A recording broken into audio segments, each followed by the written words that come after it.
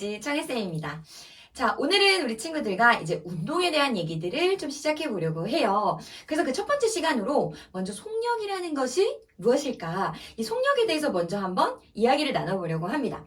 자, 어떤 물체가 있어요. 이 물체가 운동하고 있다라고 한다면 이 물체의 그쵸? 뭔가 위치가 시간에 따라 변하고 있다라는 것을 알 수 있는 거예요. 그래서 우리는 물체의 위치가 시간에 따라 변하는 현상, 우리는 그것을 운동입니다 라고 이야기를 하는 거죠.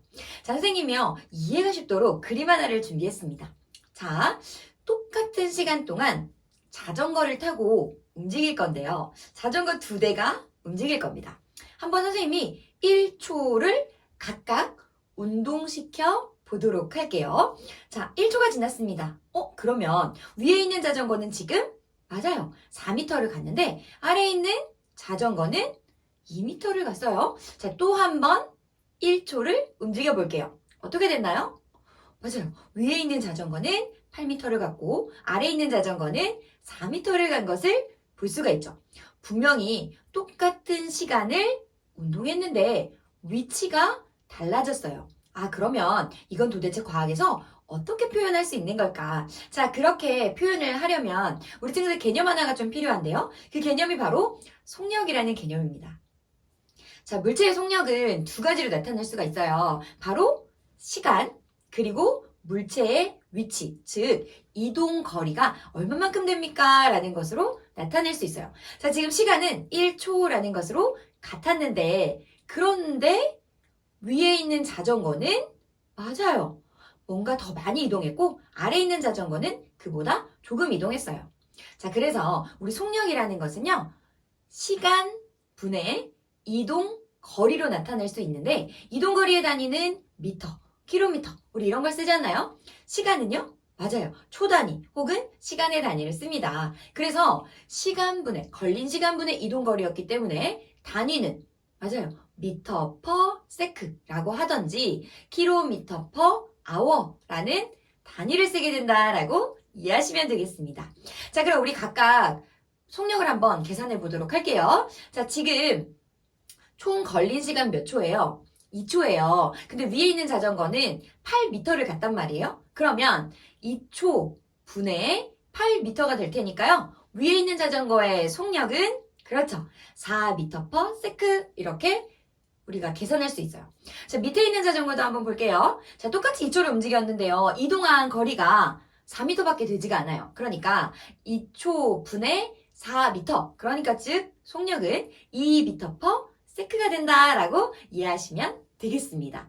됐나요? 자, 그래서 우리 친구들 먼저 속력에 대한 개념 정확하게 기억을 해주시고, 자, 그럼 우리는 속력, 즉 운동을 어떻게 기록할 것인가에 대한 방법도 한 가지 공부해 보도록 할게요. 자, 이 운동 방법에서 우리가 자주 쓰는 방법은 다중 섬광 사진이라는 것을 찍어요. 우리 친구들 어리게 생각할 필요가 없고요. 똑같은 시간 동안 그 물체를 주기적으로 찍는 거예요, 사진을. 예를 들어 1초 간격으로 사진을 찍겠다라고 하면 1초 동안 그 물체의 위치가 달라질 테니까 1초마다 그 물체의 위치를 찍어내는 거다라고 이해하시면 되는 거죠. 자, 선생님이랑 같이 한번 해볼게요. 똑같이 자전거가 있고요. 선생님이 1초마다 이 자전거의 위치를 탁탁탁 사진으로 한번 찍어보도록 할게요. 자, 한번 찍고 출발합니다. 1초 뒤에 4m나 갔네요. 자, 거기에 한번 사진 남겨두고 또 6m? 8m. 자, 그러면 이걸 좀 우리 친구들이 해석할 줄 알아야 돼요. 자, 지금 같은 시간을 움직였어요. 그런데 맨 처음에는 어때요? 4m를 이동했단 말이에요? 그 말은 같은 시간 동안 넓은 간격을 이동했다는 거. 같은 시간 동안 빨리 이동했구나. 즉, 넓은 간격은 빠른 속력을 의미하는 거예요. 자, 그러면 좁은 간격도 한번 볼게요. 같은 시간을 갔는데 조금밖에 가지 못했습니다. 속력이 낮은 거구나, 속력이 적은 거구나 라고 우리는 알 수 있다는 거죠. 되셨나요?